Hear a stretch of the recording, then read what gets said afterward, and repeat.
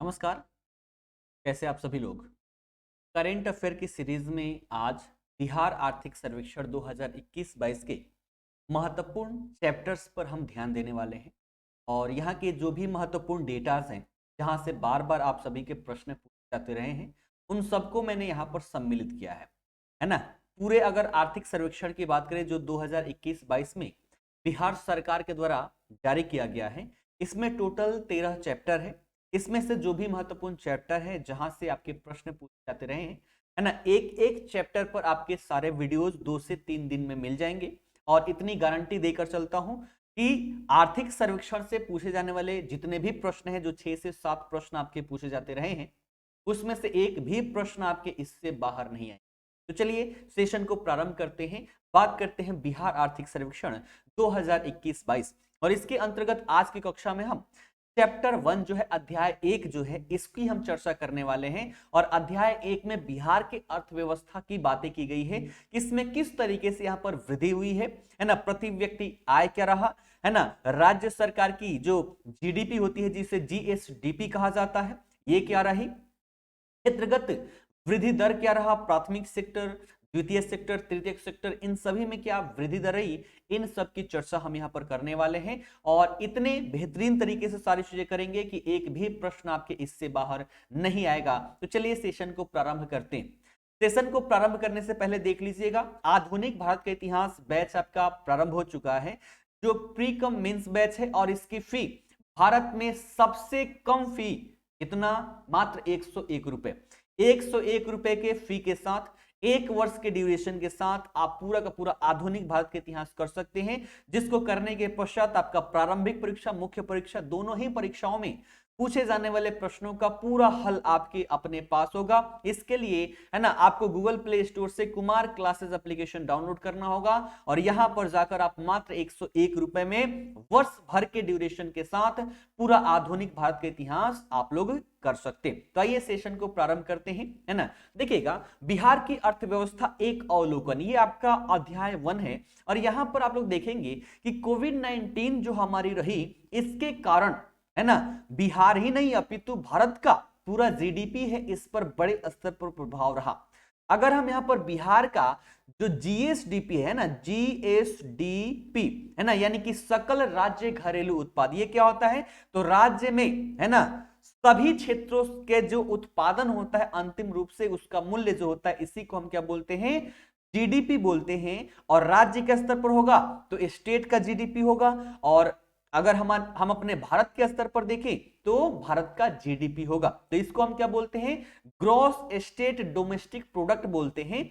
और 2020-21 में बात करें तो ये 2.5% के वृद्धि दर इसमें दर्ज किए गए हैं। अब ये हमारे लिए पॉजिटिव बातें हैं। पॉजिटिव बातें इसलिए क्योंकि इसी दौरान अगर हम अपने राष्ट्रीय, यानी कि भारत के स्तर का जो जीडीपी है, अगर इसकी हम बात करें तो ये 7.2% निगेटिव में है, माइनस में है, यानी कि ये सिकुड़ी हुई है। एक तरफ राष्ट्रीय स्तर पर जो हमारा जीडीपी है ना, अगर हम यहां पर बात करें भारत की जीडीपी, तो भारत की जो जीडीपी है इसमें वृद्धि दर -7.2% की रही, यानी कि ये निगेटिव में रही। वहीं अगर हम बिहार की बात करें तो बिहार का क्या बोलेंगे, जीएसडीपी बोलेंगे। और इसकी हम बात करें तो ये 2.5% मात्र रहा। लेकिन फिर भी भारत के स्तर की अगर हम बात करें, है ना, तो उससे तो बेहतर प्रदर्शन यहां पर देखने को मिला हुआ है। ठीक है, ये बातें ध्यान रखिएगा। उसके साथ साथ अगर हम यहां पर बात करें 2020-21 में बिहार की प्रति व्यक्ति आय वर्तमान मूल्य पर, देखिएगा दो चीजें होती है, एक करंट प्राइस होता है और एक हम बेस रख देते हैं। जैसे कि हमारा 2011-12 का बेस है ना, तो जो अभी का है वर्तमान मूल्य पर ये 46,300 रुपए के आसपास है। और वहीं भारत के स्तर पर देखें तो 1,28,800 रुपए के आसपास है। अर्थात भारत के स्तर पर देखा जाए तो बहुत ही कम आपका बिहार में प्रति व्यक्ति आय देखने को मिलेगी। साथ ही साथ अगर बिहार की क्षेत्रगत वृद्धि दर देखें, जैसे कि अगर हम अर्थव्यवस्था की बात करें तो प्राथमिक सेक्टर, द्वितीय सेक्टर और तृतीय सेक्टर आपके हो जाते हैं, है ना, प्राइमरी, सेकेंडरी और टर्शियरी सेक्टर, 3 सेक्टर होते हैं। अगर इसमें बात करें तो प्राथमिक जो क्षेत्र हैं इसमें 2.3% की वृद्धि दर, द्वितीय क्षेत्र में 6.1% की वृद्धि दर, वहीं तृतीय क्षेत्र में 6.4% की वृद्धि दर देखने को मिली, है ना। ये बातें आप लोग देखिएगा, ये सारांश है, अभी इसको मैं डिटेल में भी करवाने वाला हूं, एक एक क्षेत्र आपको दिखाते हुए चलूंगा जिलेवार, है ना। यहाँ पर जो तुलना होती है, इन तुलनाओं को भी हम करते हुए चलेंगे। ये बस सारांश है जो है ना पूरा डिटेल में दिया गया, उसका सारांश की अभी हम बात कर रहे हैं, ठीक है। उसके बाद देखिएगा अर्थव्यवस्था में ढांचागत परिवर्तन यहां पर जो हुआ है ना, देखिएगा क्या हुआ। सबसे पहले यहां पर हम देखिए प्राथमिक क्षेत्र का हिस्सा, जैसे कि मान लीजिए 100 रुपए का यहां पर आमदनी होती है ना, 100 रुपए का मान लीजिए उत्पादन हो रहा है, तो इसमें से जो प्राथमिक क्षेत्र है, प्राथमिक क्षेत्र में मात्र 19.2% का हिस्सा रहा। वहीं द्वितीय क्षेत्र की बात करिए 19.5% के आसपास रही, और तृतीय क्षेत्र का सबसे ज्यादा हिस्सा 61.2% रहा। वहीं अगर मुद्रास्फीति दर की बात करें तो राष्ट्रीय स्तर के, है ना, भारत के स्तर पर 4.1% मुद्रास्फीति दर रहती है, वहीं बिहार में देखा जाए तो मात्र 2.8% रहा। इसमें भी ग्रामीण और शहरी दोनों होता है, इन दोनों को भी हम कंपेयरिंग करते हुए चलेंगे, ठीक है। तो ये बातें समझ में आ गई। मुद्रास्फीति दर जो भारत के स्तर पर 4.1% रही, वहीं बिहार के स्तर पर यह मात्र 2.8% रहती है। ये सारी बातें यहां पर देखने को मिलती है। अब आइए इसी को हम डिटेल में देखते हुए चलते हैं। जहां पर मैं हाईलाइट करूंगा वहीं पर आप सभी को ध्यान देना है और उसको आप सभी को नोट डाउन करते हुए भी चलना है। इसका पीडीएफ जो है ना, कुमार क्लासेस एप्लीकेशन है, उसमें मैं आप सभी का डाल दूंगा। आर्थिक सर्वेक्षण वाली सेक्शन है, वहां पर आपको पीडीएफ देखने को मिल जाएगी। उसमें फ्री स्टडी मटेरियल वाला जो सेक्शन है, वहां पर पीडीएफ आप सभी को देखने को मिल जाएगा।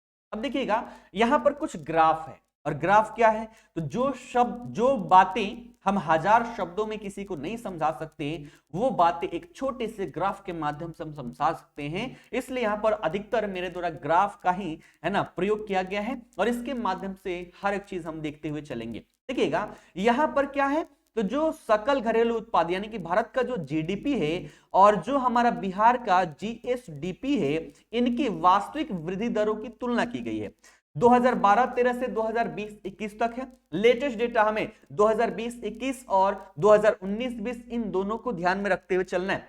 अगर हम बात करें 2020-21 में, तो ये जो यहां पर ब्लू वाला दिखाई दे रहा है, ये किसका है, ये है आपका बिहार का, और ये जो काला वाला दिखाई दे रहा है, ये आपका भारत का हो जाता है।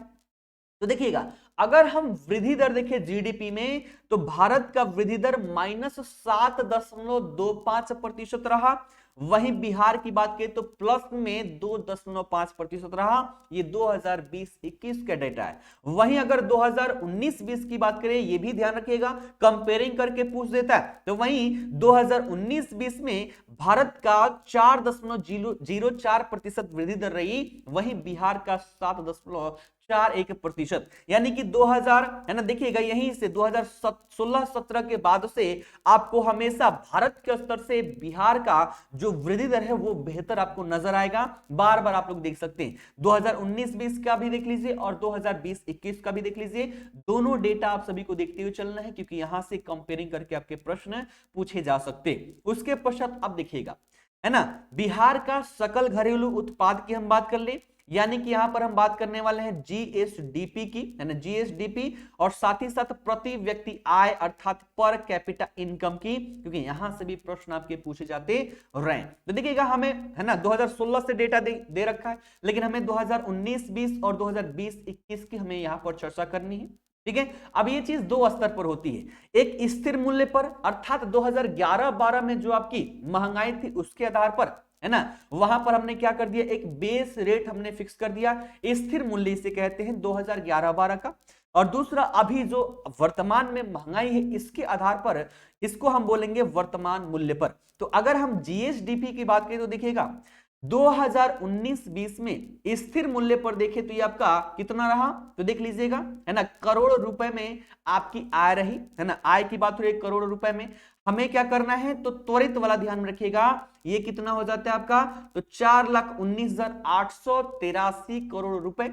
वहीं अगर वर्तमान मूल्य पर देखें तो 6,88,000 6,88,628 करोड़ रुपए यहां पर जीडीपी रहती है ना। तो ये क्या हो गया आपका, ये हो गया आपका स्थिर मूल्य पर, है ना, स्थिर मूल्य पर जो 2011-12 का है, और ये आपका वर्तमान मूल्य पर हो जाता है। तो दोनों को आप सभी को क्या करना है, ध्यान में रखना है ना। वर्तमान मूल्य पर कितना है 2020-21 में 6,18,628 करोड़ रुपए यहां पर जीएसडीपी रहती। वहीं अगर हम प्रति व्यक्ति आय की बात कर ले, है ना, पर कैपिटा इनकम की हम बात कर ले, तो ध्यान में रखिएगा अगर वर्तमान मूल्य पर देखें तो बिहार का 50,555 रुपए प्रति व्यक्ति आय यहां पर है, और वहीं 2011-12 के स्थिर मूल्य पर देखें तो ये 34,314 रुपए आपका रह जाता है। तो ये बातें ध्यान रखिएगा, बहुत ही कम है भारत के स्तर पर। भारत के स्तर पर भी हम तुलना यहां पर अवश्य ही करेंगे, ठीक है। एक बार कंपेयरिंग आप लोग यहां से 2019 वाले से कीजिएगा। 2019 में स्थिर मूल्य पर जो बिहार के प्रति व्यक्ति आय रहा वो 33,979 रुपए। वहीं अगर बात करें तो आगे बढ़कर बहुत ज्यादा वृद्धि नहीं है, मात्र 34,314 रुपए हो गया। और वहीं वर्तमान मूल्य पर देखें 2019-20 में तो ये 49,272 रुपए था, जो 2020-21 में 50,555 रुपए हो गए प्रति व्यक्ति आय, ठीक है। अब देखिएगा निवल राज्य घरेलू उत्पाद, है ना, निवल राज्य जिसे एनएसडीपी नेट, है ना, अगर इसको अंग्रेजी में बोले तो नेट स्टेट डोमेस्टिक प्रोडक्ट, यानी कि जो इसमें से जो आपका घिसावट होता है, इस घिसावट को निकाल दें, जो शुद्ध लाभ होता है ना, शुद्ध आय होता है, इसकी चर्चा हम यहां पर करें तो ध्यान में रखिएगा 2011-12 के स्थिर मूल्य पर ये कितना रहता है, तो 3,79,549 करोड़ रुपए। और वहीं वर्तमान मूल्य पर देखें तो ये आपका 5,66,465 करोड़ रुपए हो जाता है। इसमें से हमने क्या कर दिया, घिसावट को निकाल दिया, यानी कि शुद्ध आय है। इसका मतलब क्या हुआ, जैसे कि बिहार में, है ना, बिहार में अब बिहार की जीडीपी की बात करें तो बिहार की जीडीपी का मतलब क्या हुआ कि कोई दूसरे राज्य का आदमी भी आकर, दूसरे राज्य का व्यक्ति आकर भी यहां पर कार्य कर रहा है ना, तो उन सभी के द्वारा, यानी कि बिहार की धरती पर, बिहार राज्य की बॉर्डर के अंतर्गत अंतिम रूप से जितने वस्तुओं का उत्पादन होता है इसको हम बोलते हैं जीएसडीपी, है ना, ये हो गया। लेकिन अब समझिएगा कि बिहार का आदमी जो है वो बाहर भी काम कर रहा है और बाहर का आदमी बिहार में भी काम कर रहा है। तो अब क्या किया जाएगा, तो जो बाहर का व्यक्ति है बिहार से कमाकर दूसरे राज्य में भेजेगा, और बिहार का व्यक्ति जो है वो बाहर से कमाकर अपने राज्य में भेजेगा। तो दूसरे राज्य वाले जो व्यक्ति है इनकी घटा देंगे और बिहार राज्य वाले की यहां पर जोड़ देंगे। इसको हम क्या बोलेंगे, है ना, इसको हम बोलेंगे नेट स्टेट डोमेस्टिक प्रोडक्ट। और इसके आधार पर देखिए तो वर्तमान मूल्य पर जो हमारी आय हुई है बिहार राज्य की, ये 5,66,465 करोड़ रुपए रहती है। और इस आधार पर निवल राज्य घरेलू उत्पाद अर्थात शुद्ध रूप से अगर हम पर कैपिटा इनकम यहां पर देखें तो 2011-12 के स्थिर मूल्य पर, है ना, 31,017 रुपए मात्र आपकी पर कैपिटा इनकम है। और वर्तमान मूल्य पर देखें तो 46,292 रुपए पर कैपिटा इनकम आप सभी को 2020-21 में देखने को मिल जाती है। तो जहां जहां मैंने यहाँ पर हाईलाइट कर रखा है इन सभी डेटा को लिख लीजिएगा, प्रश्न आपके यहीं से पूछे जाएंगे। अब देखिएगा थोड़ी सी इसकी कंपेयरिंग कर देते हैं, है ना। अगर हम राज्य के आधार पर देखें तो हर एक राज्य और साथ ही साथ, है ना, तो देखिएगा ये है यहाँ पर, है ना, कि 2011-12 के मूल्य पर देश के प्रमुख राज्यों की प्रति व्यक्ति निवल राज्य घरेलू उत्पाद यानी कि शुद्ध पर कैपिटा इनकम यहां पर है। देखिएगा अगर बिहार की बात करें तो 2019-20 में 30,621 रुपए थी, जो 2020-21 में बढ़कर 31,017 रुपए हुई पड़ी है ना। वही भारत के स्तर पर देखें तो 86,659 रुपए, है ना, कितना, तो भारत के स्तर पर देखें तो प्रति व्यक्ति आय कितना है, 86,659 रुपए। और वहीं बिहार की बात करें तो मात्र 31,017 रुपए है। तो आप देख सकते हैं कितनी कमी यहां पर बिहार के स्तर पर देखने को मिल जाता है। वहीं सबसे ज्यादा अगर इन सब में डेटा की हम बात करें तो सबसे ज्यादा आपको यहां पर हरियाणा का दिखाई दे रहा है, 1,63,992 रुपए पर कैपिटा इनकम आप सभी को हरियाणा को देखने का मिल जाता है है ना। पश्चिम बंगाल की भी अगर हम बात करें तो बिहार से तो भैया डबल से भी ज्यादा है, 72,202 रुपए पर कैपिटा इनकम वहां पर देखने को मिल रही है। और भारत के स्तर पर कितना, तो 86,659 रुपए है। ये बातें ध्यान में रखिएगा। अगर हम बात करें भारत के और बिहार की तुलना करें तो भारत का जो स्तर है ना उसका मात्र 35.8% ही पर कैपिटा इनकम है। जैसे कि भारत का 100 रुपए है तो बिहार का 35 रुपए 80 पैसे पर कैपिटा इनकम है। अगर इसकी कंपेयरिंग करें तो ये बातें ध्यान में रखिएगा। लेकिन अगर तुलना करें तो तुलना में आप देखेंगे कि 2017 से लगातार वृद्धि हो रही है। पहले 2017 में 30.5% था, है ना। 2018-19 में ये 31.5% हुआ, 2019-20 में 32.4% हुआ और 2020-21 में 35.8% हुआ। और इन सब में देखें तो विभिन्न योजनाएं हैं, जैसे 7 निश्चय प्रथम था जो 2020 में, है ना, अंतिम रूप से समाप्त हुआ। फिर 7 निश्चय 2 आप सभी को देखने को मिलेगा, इसकी भी हम चर्चा करेंगे बेहतरीन तरीके से। सारी चीजें जितनी योजनाएं हैं इन सभी योजनाओं को भी साथ में बताते हुए मैं चलूंगा। अब यहाँ पर क्षेत्र, है ना, क्षेत्रगत वृद्धि दर देखें कि किस किस क्षेत्र में कितना कितना वृद्धि हुआ है, तो ध्यान रखिएगा। बिहार की अगर हम बात करें, बिहार के 3 क्षेत्रों में, तो जो प्राथमिक क्षेत्र है यहां पर मैं लिख देता हूं अलग से, जो आपका प्राथमिक क्षेत्र है, इस प्राथमिक क्षेत्र में 2.3% की वृद्धि, है ना। उसके पश्चात आपकी जो द्वितीय क्षेत्र है, इस द्वितीय क्षेत्र में देखा जाए तो 6.4% की वृद्धि। और जो आपकी तृतीय क्षेत्र है, इस तृतीय क्षेत्र में देखें तो 6.7% की वृद्धि दर आप सभी को देखने को मिल जाती है। वहीं अगर भारत के स्तर पर देखें तो भारत में देखिएगा, भारत में जो आपकी प्राथमिक है ना, भारत में जो प्राथमिक सेक्टर में वृद्धि दर रही वो 3.2% रही, है ना। वहीं अगर हम द्वितीय क्षेत्र की बात कर ले तो द्वितीय क्षेत्र में आप देखेंगे, है ना, ये 4% रही, है ना। और वहीं अगर हम तृतीय क्षेत्र की बात करें तो तृतीय क्षेत्र में आपको 6.2% रही है। तो ये भारत की है ना, ये भारत की है।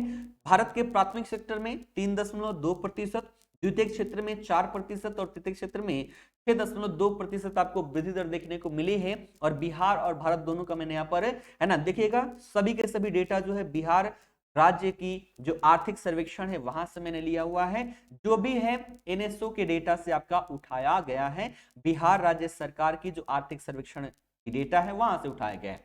अब बात कर ले, देखिएगा एक कंपेयरिंग यहां पर 2016-17 और 2020-21 में, कि मान लीजिए अगर 100 रुपए की इनकम होती है तो इस इनकम में किस क्षेत्र का कितना हिस्सा रहता है, तो ध्यान रखिएगा। 2016-17 में प्राथमिक सेक्टर का जो भाग था वो 22.1% था, जो आपकी 2020-21 में घटकर 19.2% हो चुकी है। इसका मतलब क्या हुआ, ये हमारे लिए अच्छा है या बुरा है, तो ये अच्छा है। प्राथमिक सेक्टर हमारे इनकम में, प्राथमिक सेक्टर का जितना ही कम रोल होगा उतना ही कहा जाएगा कि हम डेवलप कर रहे हैं।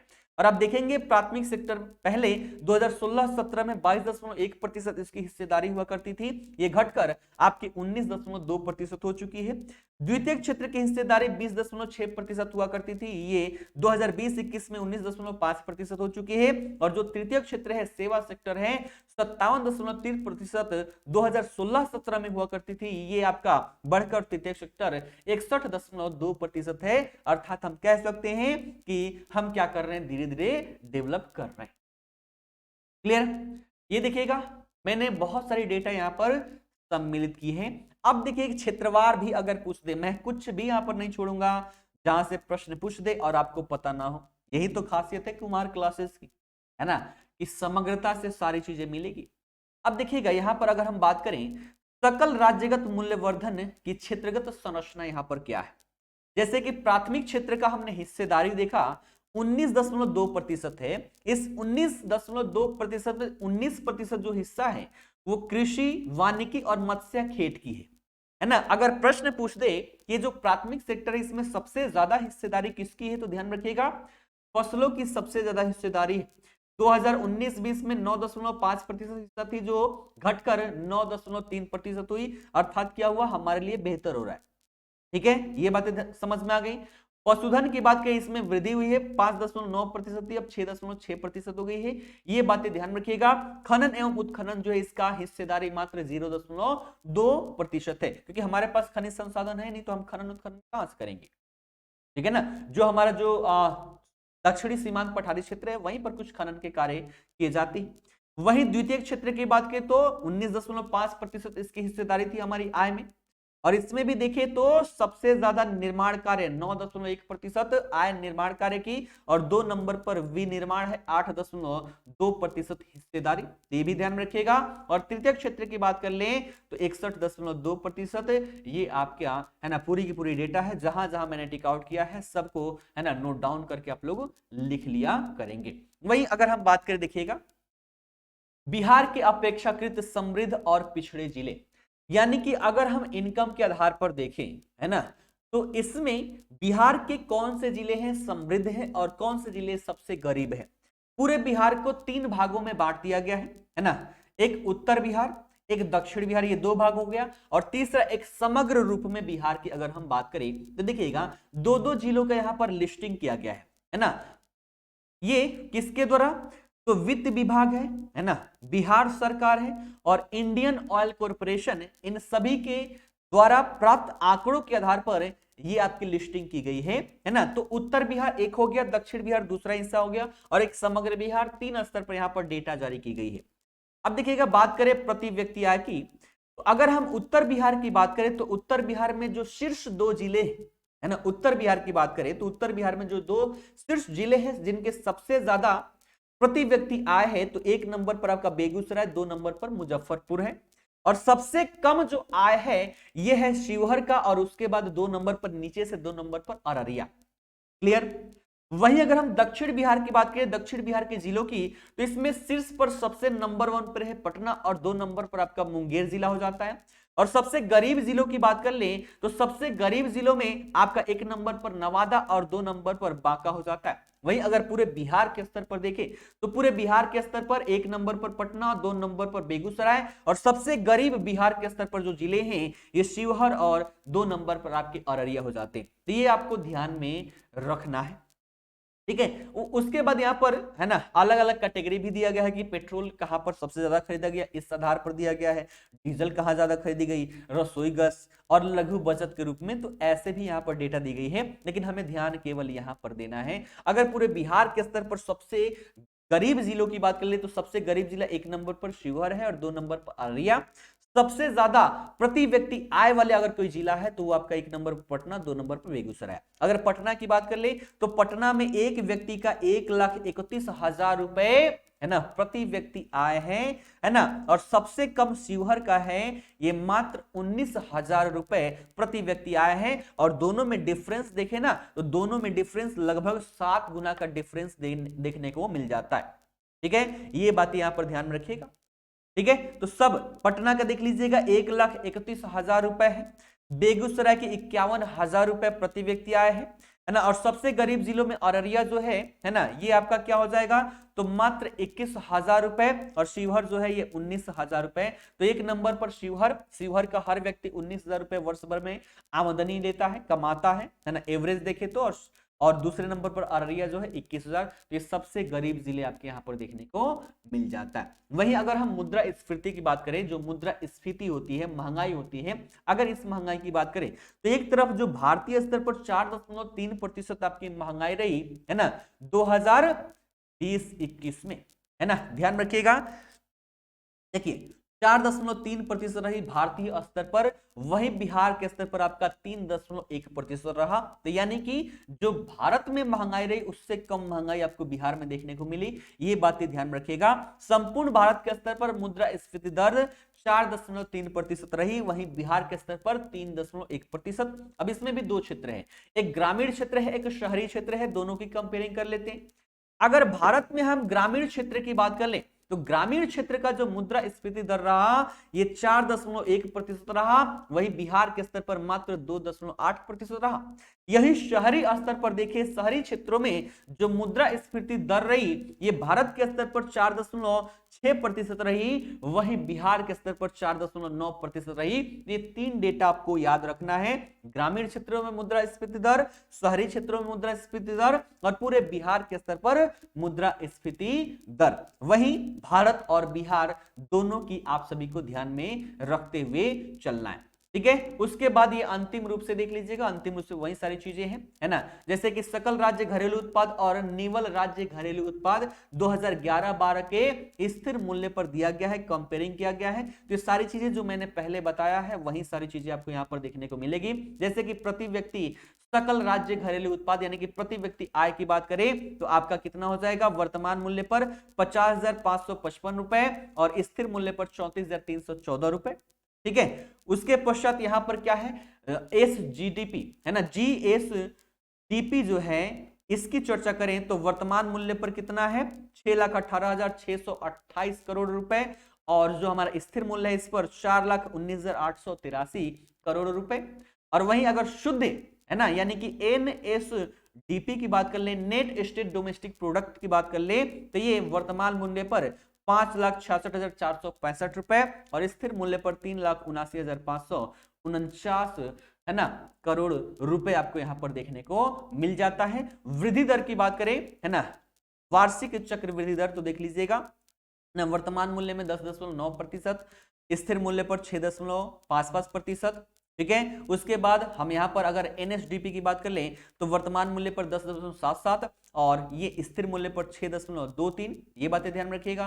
प्रति व्यक्ति आय की बात करें तो वर्तमान मूल्य पर 8.98 है ना, और इधर देखें तो स्थिर मूल्य पर 4.71 है ना प्रतिशत आपको यहाँ तो क्लियर। तो ये पूरी यहां पर कहानी थी। आशा करता हूं पहला चैप्टर आप सभी को बड़े ही बेहतर तरीके से समझ में आया होगा। साथ ही साथ आपके है ना जो भारत का, ठीक है ना, भारत का आधुनिक इतिहास जो है, भारत का आधुनिक इतिहास, इसकी बैच भी आपकी प्रारंभ हो चुकी है, जिसका फी मात्र कितना है, मात्र 101 रुपए। इतने न्यूनतम फी में मैं गारंटी के साथ कह सकता हूं पूरा भारत में कोई भी एकेडमी नहीं होगी जो आपको 101 रुपए में पूरा आधुनिक भारत का इतिहास करवा दे, जिससे आपका प्रीलिम्स मेंस दोनों के सभी प्रश्न आपके अपने नोट से आएंगे। अगर आप पुस्तक भी खरीदने जाएंगे आधुनिक भारत के इतिहास का तो 350-400 के आसपास में एक अच्छी पुस्तक मिलेगी और उससे बेहतरीन जानकारी जो है वो आपको है ना 101 रुपए में मात्र आपको मिलने वाली है। और इसका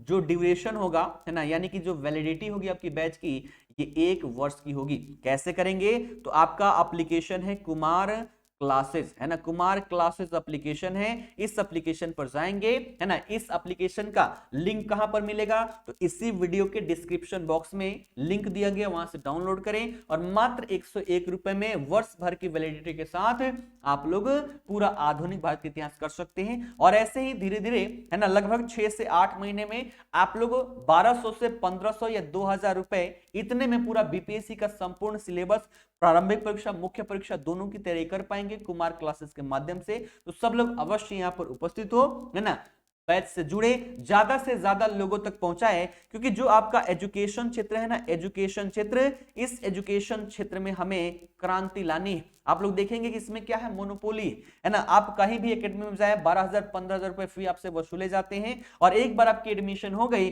उसके बाद आपके कॉल का आंसर तक नहीं दिया जाता है, कोई आपसे बात करने तक तैयार नहीं होता है। उनका एक ही उद्देश्य होता है कि बस आपके फी को कलेक्ट कर ले, उसके बाद आपकी और उनके संबंध से कोई मतलब उनको नहीं रहता है। आप कॉल करते रह जाते हैं, कुछ भी रिप्लाई नहीं मिलता। इन सब कमियों को दूर करते हुए है ना क्विक रिप्लाई आप सभी को यहां पर मिलेगा। जो लाइव क्लासेस होती है उसमें हैंड रेज का ऑप्शन है, आप सभी लोग अपने आवाज में प्रश्न भी पूछ सकते हैं, है ना, नहीं तो कमेंट सेक्शन में भी आप लोग अपने डाउट को कमेंट कर सकते हैं और उसका रिप्लाई यहां पर मिलेगा। हर एक चीज बेहतर तरीके से यहां पर डेवलप कराई गई है। इसके लिए आपको एप्लीकेशन डाउनलोड करना होगा कुमार क्लासेस। ठीक है, तो इसी के साथ मैं सेशन को समाप्त करता हूं, है ना। तुरंत बहुत जल्दी आप सभी को दूसरा, तीसरा और पूरे 13 के 13 चैप्टर है जिसमें से जो महत्वपूर्ण है सारी डेटा लेकर आप सभी के समक्ष उपस्थित होते रहूंगा। फिलहाल के लिए आप सभी का बहुत बहुत धन्यवाद।